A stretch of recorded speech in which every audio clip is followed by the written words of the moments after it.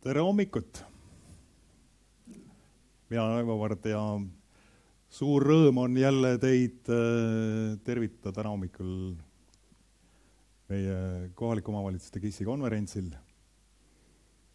Alustuseks kiire pildimäng, kes teab, milline omavalitsus siin pildi peal on? Ma ei ole kuulnud õiget vastust. Hästi, loeme õigeks. Ja seesama üritus on meil juba 8. korda ja eesmärgiks on valdkonna inimestega kokku saada, rääkida kõigitest võimalustest, mida KIS-e ruumi andmed meile pakuvad, kuulata huvitavaid, inspireerivaid esinejaid kohalikest omavalitsustest ja vaadata, mis on siis aasta jooksul uut tehtud. Ma loodan, et saate õppida, saate suhelda, leida häid ideid, mida siis oma omavalitsuses rakendada. Ja siin märksõnad, mis meil täna käivad, on loomulikult tehnilised, sellised KIS-tehnoloogilised. Väga palju räägime AI-st, tehisintellektist, digikaksikutest, tööriistadest, mis aitavad efektiivsemad olla, aitavad aega kokku hoida, automatiseerida oma tööd ja olla jätkusuutlikumad, et ka tulevikus kõik need andmed, mida me täna kogume, need on tegelikult investeering. Ja loodetavasti saate siit midagi endale kasulikku siis tänasest kaasa. Kokku meid on kirja pannud täna siia 113 osalejat. Loodetavasti on enamus ka kohale jõudnud siin 55 asutusest, praktiliselt kõik maakonnad, 9 ettekannet ja näitusel kahjuks 3 teie ei saanud osaleda, aga ta on meil hea toetaja, nii et hea partner, kellel on vaja aluskaardi andmeid, kas 3D mudeleid, droonilende tellida, siis mõõdistusi tellida, siis 3DI on väga hea partner ja olnud aastad meie konverentside toetaja. Selle sama registreerimise lehe panime ka ise oma kaardi peale, tegime ühe dashboardi ja kõige rohkem oli 50% osalejaid on ennast kirja pannud Harjumaalt, aga samuti on Tartu maakonnast, Ida-Virust ja paljudest mujalt piirkondadest, et Põlva on ainukene hall laik, aga me teame, et seal on praegu väga tõsised KIS-i tööd pooleli ja Tiia Zuppur ja tema meeskond teeb ühe Spoku projektiga, teeb erinevaid Põlva valla rakendusi praegu. Võib-olla on töökoormus suur. Kõikidel omavalitsustel tegelikult on need samad eesmärgid, et tegutseda jätkusuutlikult, pakkuda häid teenuseid, haridusteenuseid, head elukeskkonda, et omavalitsus oleks hästi juhitud, oleks kodanikele turvaline, terviseteenused oleks kodanikele lihtsasti ja mugavalt kättesaadavad ja loomulikult, et oleks ka maksumaksjaid. Tuleb olla atraktiivne, et inimesed tahavad seal elada ja inimesed tulevad sinna elama. Et valla eelarve oleks piisav, et saakski neid kvaliteetseid teenuseid pakkuda. Ja mis teeb selle omavalitsuse nutikaks, on just eelkõige selline tulevikku suunatud juhtimine, et investeeritakse digitaliseerimisse, investeeritakse nendesse tööriistadesse, mis aitavad tööd automatiseerida, mis aitavad kvaliteetsemaid andmeid koguda, mida kvaliteetsemad andmed, seda kvaliteetsemad otsused. Et see on vana tõde, et annad kehvad andmed sisse, ega see AI sellest kehvast infost meile tarka midagi ei ütle. Et võimalikult palju otsuseid läheb tänapäeval ikkagi reaalajas ja ühe kiiremas tempos on see vajadus tihtipeale otsustada. Ja tihtipeale on ka hästi oluline, et erinevate valdkondade andmestikud on reaalajas erinevatele valdkondadele kättesaadavad.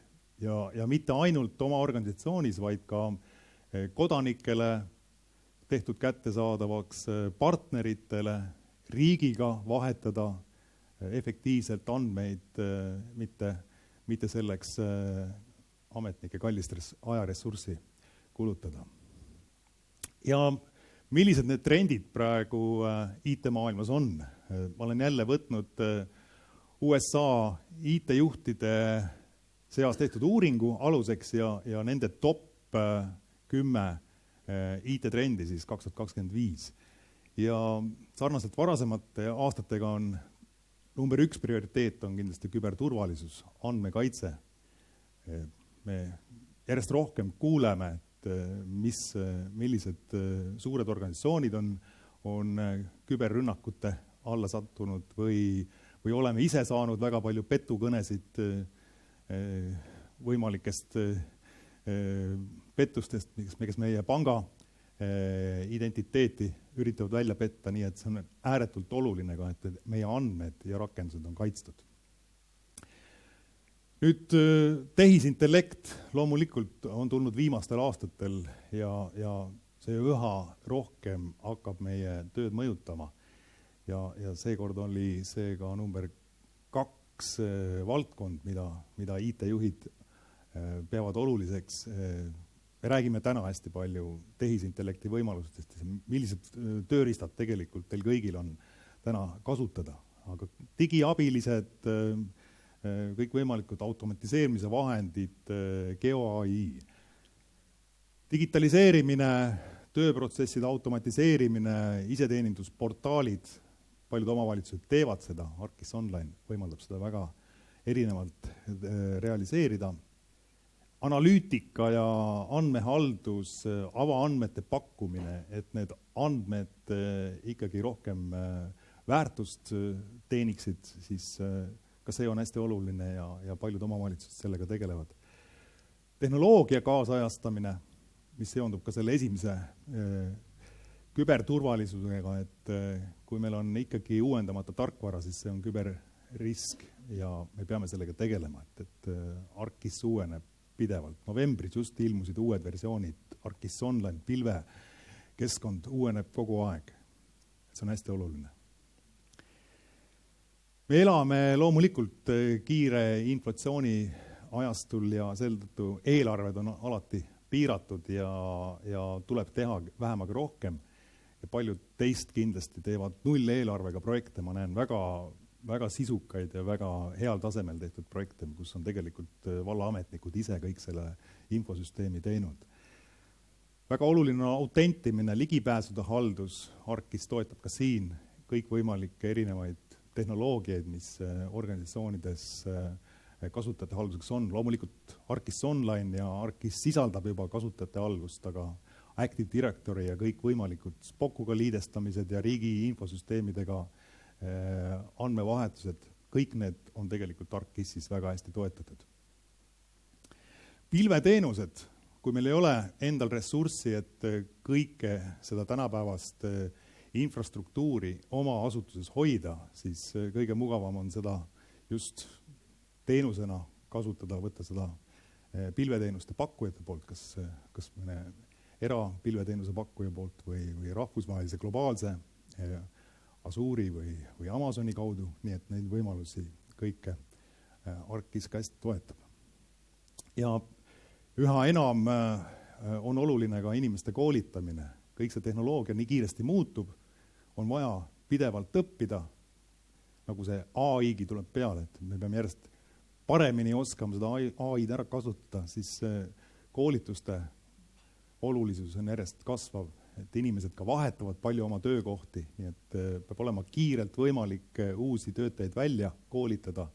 Te teate, et väga palju veebikursused on omavalitsuslitsensiga kõikidele kättesaadavad, on väga palju pikemaid mook-kursuseid, on ESRI üritusi, millest me ka täna räägime, on ka see konverents, kus on võimalik õppida. Ning need teenused peavad olema erinevates kanalites erinevatele kasutajagruppidele kättesaadavad, et pilveteenustena ja kõikvõimalike sotsiaalmeediakanalites erivajadustega kasutajatele ja nii edasi. Nii et ma arvan, et need 3 või 10 prioriteeti on väga aktuaalsed täna ka Eestis. Mis see KIS on? KISil on hea unikaalne omadus, et me saame asukoha põhiselt ühendada ära ükskõik millised andmed. Kõik, mis meie füüsilise maailma kohta andmetena on olemas, tegelikult kõik omavad asukohta ja võimaldab siis neid andmeid integreerida. Me saame kasutada koos nii vektor-rasterkujul andmeid, 2D, 3D kujul, erinevaid CAD-jooniseid, erinevaid 3D mudeleid, reaalaja andmeid, siseruumide andmeid ja kõiki neid panna siis KIS-i vahenditega üheks terviklikuks omavalitsuse digikaksikuks kokku. Ja teiselt poolt see KIS annab meile tööriistad, millega seda digikaksikut elavana hoida, ajakohastada, millega neid küsimusi ja vastuseid siis sealt KIS-ist saada, et see KIS on kõige võimaldav ka selline tööriistada kast, kust kohast alati siis endale leiab selle sobiva töövahendi. KIS-i võime on just organiseerida seda andmestikku, mis meil omavalitsuse kohta on, et me saame seda organiseerida kaardikihtidena ja seejärel juba integreerida kogu seda andmestikku. Me saame KIS-i abil integreerida organisatsioone, võimaldama erinevate valdkonna inimestel paremini koostööd teha ja omavahel andmeid vahetada, et probleemide kiirem lahendamine ja koostöö uut moodi on kindlasti märksõnad. Ja samuti me saame erinevaid infosüsteeme teha süsteemideks, nii et integreerida erinevaid süsteeme nii organisatsiooni sees kui ka väljaspool kasutada erinevaid aluskaardi või alusandmestikke või omavalitsus pakub näiteks oma portaalide kaudu seda infot oma partneritele või me kõik kasutame loomulikult Maa-ameti geoportaali, kust on võimalik saada 2D, 3D andmestikku väga lihtsasti. Ja samuti kindlasti kõik te kasutate ka Living Atlast, maailma suurimat geoportaali, kust on võimalik ArcGIS-is väga lihtsasti leida oma andmeid ja samuti ka Eesti amaandmeid. Ning järgmine trend on see tehisintellekt, mis üha enam nii andmete kogumiselt ja uuendamise võimalustelt kui ka siis kõikvõimalike digiabilisteni välja. Aga saame siis tuttavaks, milliseid töid olete teie teinud ja traditsiooniliselt olen küsinud, et kas on võimalik saata mulle näiteid, mida siis tänasel konverentsil saaksin kõigile tutvustada ja suured tänud. Paljud on saatnud mulle erinevaid näiteid oma töödest ja alustame siis planeeringute valdkonnast. Selle aasta KIS-i teoauhind läks Tallinna linnaplaneerimisametisse ja nende koolide ja lasteaedade planeerimisrakendustele.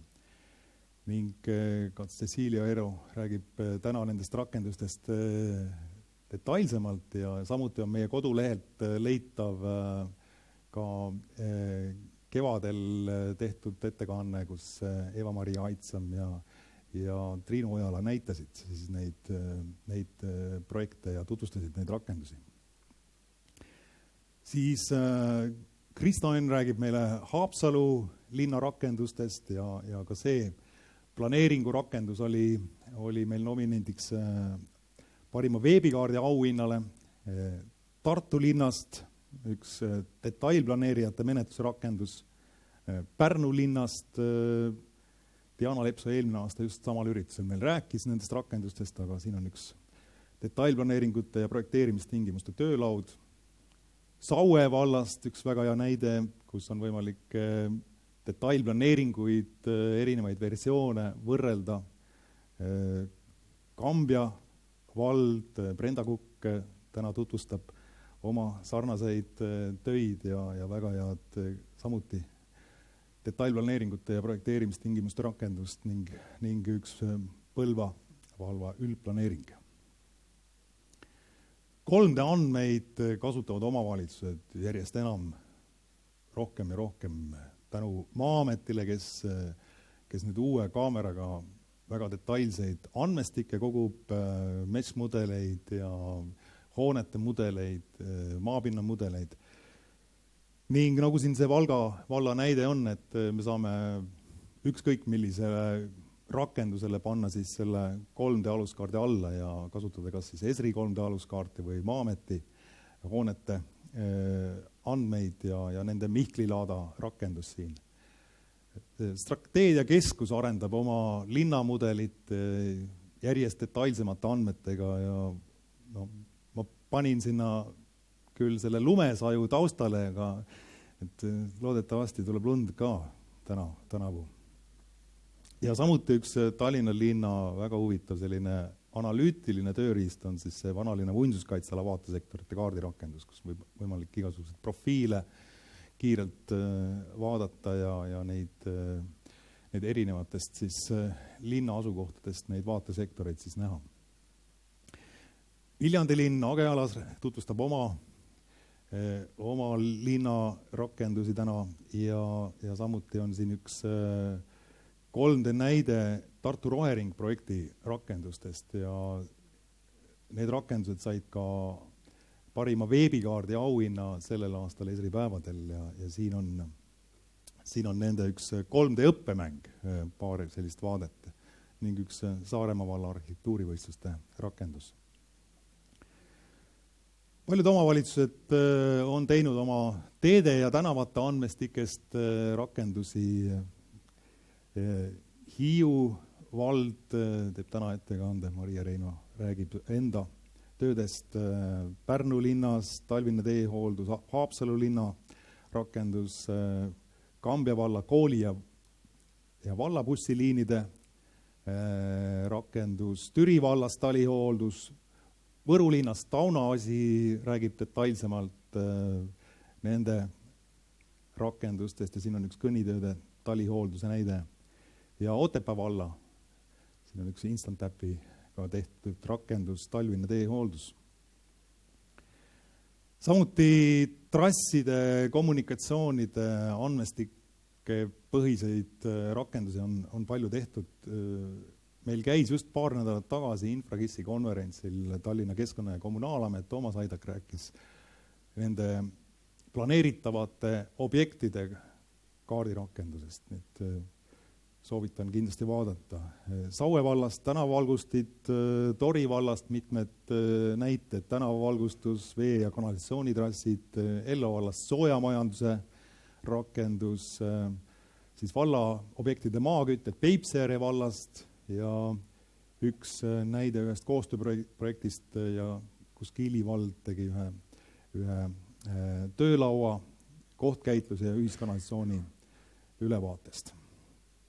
Keskkonnavaldkonna näiteid Valga vallast tuulepargi eriplaneeringu asukoha eelvaliku kaardirakendus, Rae vallast jäätmeregister, Tartu valla kalmistute register, samuti üks Türi valla avalike konteinerite kaardirakendus, Narva linnast raiete ja hooldustööde haldamise keskkond ja Lüganuse vallast vääriselupaikade ja pärandkultuuri kaardirakendus. Veel tööde haldamisest siis väga paljud teist kasutavad mobiiliäppe, kas siis Field Maps, Survey 123 või Quick Capture ja siin on Haapsalu linnast näide, Pärnu linnast, Tartu linnavalitsuse linnatänavate puhastuse töölaud ja traktoristi töövahend Quick Capsega. Ning üks avaandmete kogumise projekt eelmisel aastal Viljandi linnast, kaunis Viljandi, kus Survey'ga koguti kodanike käest tagasisidet. Harku vallas oli just aktuaalne valimistega seotud töö, kus siis välireklaamide kaardirakendusel olid kõik need valimisreklaamid kaardi peal. Ja Põlva vallast üks nii värske näide, et see ei olegi veel päris lõplikult valmis, aga Tiia Suppur lubas meil seda töökäskude haldamise rakendust juba näidata. Ja Elva vallast üks mõõdistuste haldamise infosüsteemi näide, nende geoarhiiv. Paljud kasutavad analüüsides ja andmete visualiseerimises, statistikas, ArcGIS-i ja Tartu linnast väga head näited, maadearvestuse töölaud, liikluskorralduse menetluse töölaud, Sauelt koolikohtade vajaduse prognoos, Tartu vallast õpilaste liikumisviisid kooli ja kodu vahel, Samuti üks töölaud Saaremaa vallast, kus on ajaloolised andmed siin kaardil Saare maakonna algkoolid 1939-40. Ning üks turismivaldkonna näide on Jõelähtme, nende infokioskite rakendus siis valla seikluskaart, mida ka samuti soovitan teil vaadata. Ja Tallinna linnas siis ka välikaartide valmistamine. Praktiliselt kõik omavalitsused jagavad oma rakendusi kuskil geoportaalis, kust on lihtne neid leida ja kus on need kokku koondatud. Tartu Geohub on kõigile tuntud, Peipsiääre näide, valla geoportaal. Valga vallas oli huvitavalt koondatud kõik valla kohta loodud uuringud ühte geoportaali alamrubriiki. Siis siin on mõned kaardilugude näited Saaremaalt. Kevadel oli neil suur projekt tänavakunstifestival ja siis kõik need objektid, need tööd olid siis ühte sellisesse kaardilukku koondatud. Saku vallast üks uued ja planeeritavad objektid näide ja kesksus või kerksuskeskuste kaardirakendus Raplast ning Muhu valla näide Muhu sadamad ja lautrikohad. Nii et üle 50% Eesti omavalitsustest ja üle 80% elanikega kasutavad siis seda Esri Arkis omavalitsuslitsentsi. Nii et neid üksikuid valgeid laike on, aga väga paljud teist olete siis sellise komplekti kasutajad. Ja mida see sisaldab siis? Kui Esril on rohkem kui 100 nimetust erinevaid tarkvaratooteid, siis selles omavalitsuslitsentsis on rohkem kui 50 põhilist Esri tarkvararakendust, tarkvaratoodet. 3 olulisemat on Arkis Pro, mis on spetsialisti töökeskkond, Arkis Enterprise, oma infrastruktuuris kasutatav selline serverkeskkond ja Esri pilvekeskkond Arkis Online.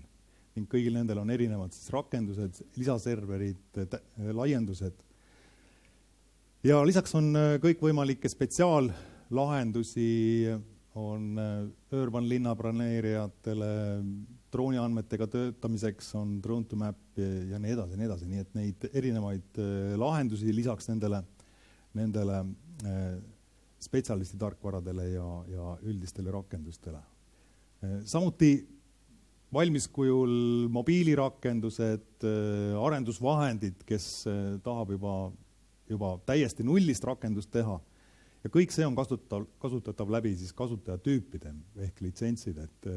Kokku on 6 kasutajatüüpi, 3 on ilma Prota ehk viewer, contributor ja mobile worker ning 3 sisaldavad siis Prod, Creator, Professional ja kõige funktsionaalsem siis Professional Plus. Me saame sellest komplektist kasutada alati meile sobivat rakendust. Me võime siit valida just sellise, mis meile konkreetseks tööks kõige sobivam, näiteks mobiilirakendustest, kas siis Field Maps, Quick Apps või Survey, või siis veebirakendustest. Kui me teeme Map Vieweriga oma veebikaardi, siis saame seda rakendustena jagada kas siis valmiskujul selline Story Maps või siis Dashboard rakendusega või kiirelt mõne hiire klikiga teha instant appsi kaudu endale rakendusi või siis juba natuke keerulisem Experience Builder. Ja samuti desktop rakendused, Arkis Pro ja laiendused. Juba mainitud tehisintellekt on suur valdkond ja siin on 2 eraldi osa. On kõik see, mis on geotöötlused, geotööriistad, mudelid ehk GeoAI, kus me saame nähtusi tuvastada, andmeid töödelda. Ja teine valdkond on kõik võimalikult siis assistendid. Ja need AI assistendid loomulikult ChatGPT, Copilot, kõik see on selle meile hästi tuttavaks teinud. Me saame mitte programmeerijatena ka lihtsasti koodi kirjutada, me saame teha mobiiliäppe, lasta AI-l meile valmistada meile sobivate kujunduste andmetega, nagu see service on võimalik ja neid võimalusi tuleb erinevatesse Esri toodetesse järjest juurde. Ja kogu see platvorm on muutumaski AI platvormiks, et ruumiandmete AI ongi ArcGIS, et mis siis hõlmab nii neid GIS-i tööriistu andmeid kui ka siis neid agente, mudeleid, keelemudeleid. Me saame eesti keeles selle AI-ga suhelda ja eesti keeles oma tööd automatiseerida ja lihtsustada. Teine oluline valdkond on andmed ja mainitud just maailma suurim geoportaal Living Atlas, kust leiab kõikvõimalikke aluskaarte, satelliidiandmeid, teemaandmeid, 3D-andmeid ja tänu Maa- ja Ruumiametile, kes on oma andmed enamasti teinud ka avaandmetena kättesaadavaks, on ka need Esri ArcGIS keskkonnas hästi lihtsasti leitavad ja kasutatavad, nii et kõik Maa-ameti aluskaardid, aktuaalsed ortofotod, kõik on võimalik väga lihtsasti oma andmetele alla võtta. Aga samuti me võime ka seda Esri 3D aluskaarti kasutada, kus on väga detailsed hooned, maapind, kõik muud nähtused, taimestik ja nii edasi.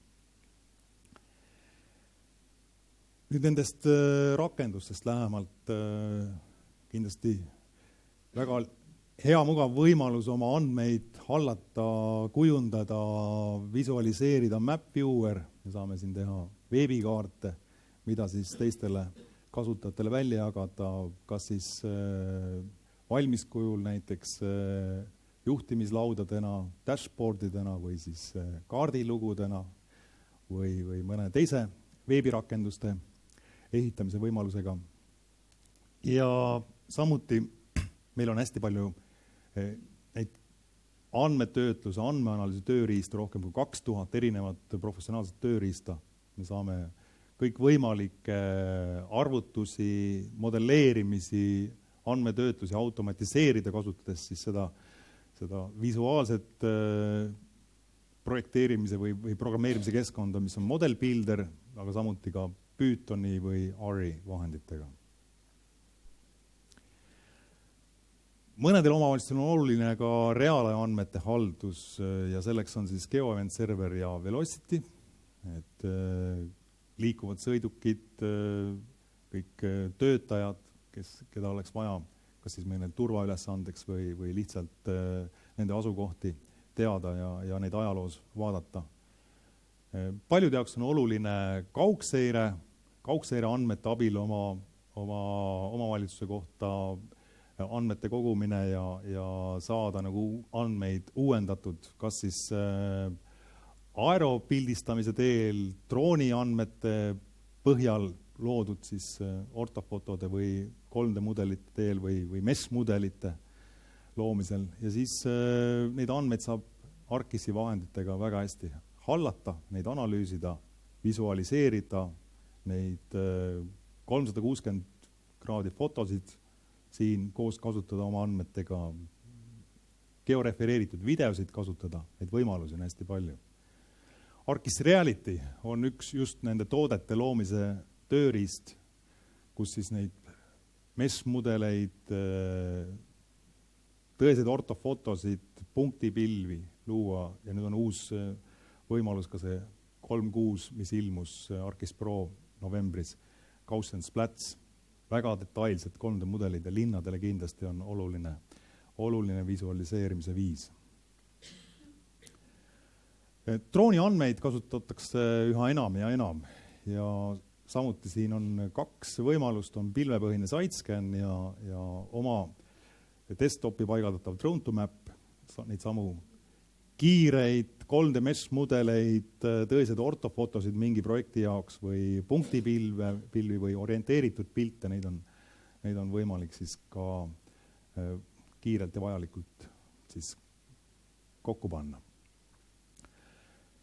Palju 3D funktsionaalsust on nüüd nendes toodetes kättesaadavad, loomulikult kõikvõimalikud visualiseerimised, analüüsivõimalused, me saame punktipilvi analüüsida, 3D objekte tekitada, luua, visualiseerida seda digikaksikut erinevate vahenditega gloobusel või siis lokaalsemalt või siis mängukeskkondades, andmeid muuta, redigeerida, integreerida neid erinevate PIM-i ja CAD-i andmetega. Nii nagu meie konverentsikeskus on siseruumide rakenduse indoors vahenditega siin kõigil teil võimalik telefonis ette võtta ja see juhis on just siin ukse taga, siis soovitan proovida, see on meile konverentsidel juba aastaid siin olnud hea võimalus seda kava vaadata sellest indoors rakendusest ja samuti on seal see navigeerimise võimalus. Ja see on hea keskkond jälle, kellel on suuremaid hoonete komplekse, kus on vaja ruumiplaane hallata, nagu siin on need suured arendused, siis ArcGIS Indoors selleks. Ja ruumiandmete haldamine on hästi oluline ja suur valdkond, et ka siin järjest need võimalused uuenevad, kõik võimalikud keskse geoandmebaasi haldamise uuendused, redigeerimise võimalused, ArcGIS Web Editor näiteks, paljude uute formaatide tugi, GeoParquet ja NoSQL ja andmete integreerimiseks on hästi palju võimalusi. Me nägime näidetest, et paljud teist kasutavad välitöörakendusi, Field Maps, mis on kaardipõhine rakendus telefonis või oma nutiseadmes, tahvelarvutis andmete kogumiseks väljas, või siis vormipõhine rakendus Survey 123 või siis Quick Capture, need 3 on kõige populaarsemad. Ja siin on ka hästi palju uuendusi ja just see AI assistentide ja see tehisintellekti pool areneb hästi kiiresti. Samuti üks suhteliselt uus rakendus on Web Editor, loodetavasti juba kasutate seda, on juba mõnda aega olemas ja hästi mõnus ja kiire võimalus teha selliste lihtsate veebipõhiste andmesisestuskeskkondade loomisel siis oma töötajatele, kes mingeid andmeid peavad sisestama. Just mainitud, et äsja on ilmunud just novembris siin ArcGIS Pro 3.6 versioon ja ArcGIS Enterprise 12.0, nii et see tarkvara kogu aeg areneb ja uueneb.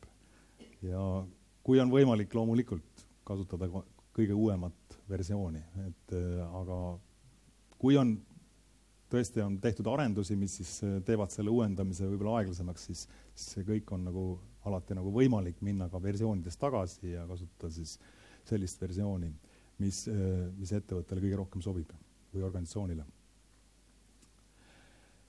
Ja kuidas sellest kõige rohkem kasu saada, siis eriti alustavatele omavalitsustele on need 4 asja, mida ma olen siin aastaid juba varem ka maininud, et see, mis selle tervikuks ja just selle kasulikuks teeb, on, et koha peal oleks olemas koolitatud inimesed, väga palju võimalusi on koolitamiseks, nagu just mainitud, et neid veebikursuseid võtta, AlphaGIS on käinud praktiliselt kõikides omavalitsustes kohal, et ma ei tea, kas Ranel on mõni omavalitsus on, kus sa ei ole käinud, aga väga paljudes.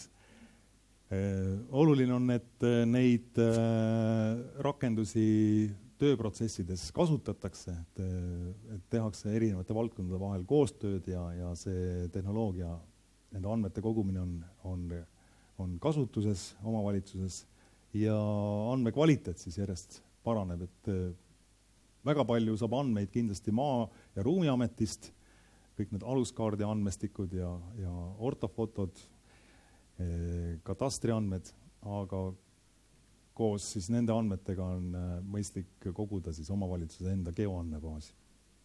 Ning 4. komponent on siis nende toodete ja tehnoloogiatega siis kaasa minna, endale vajalik tööriist leida ja siis teha rakendusi oma omavalitsuste inimestele, et tööd paremini oleks võimalik teha. Üks informatsioon võib-olla, mis teid ka huvitab, et 2. märtsil on just üks digikaksikute teemaline konverents toimumas Prahas. Ta on täiesti tasuta, et kes linnadest soovib, siis märkige kalendrisse 2. märts ja kui te kiiresti sinna registreerite, siis kohtade arv on küll piiratud, aga siis tõenäoliselt saate näha, Praha ise on maailmatasemel näide sellisest virtuaalsest linnast ja heast digikaksikust, nii et ja kindlasti on seal hästi palju ka teisi eksperte, kes nende digikaksikute valdkonnas siis toimetavad. Suured tänud, soovin teile kõigile kasulikku konverentsi.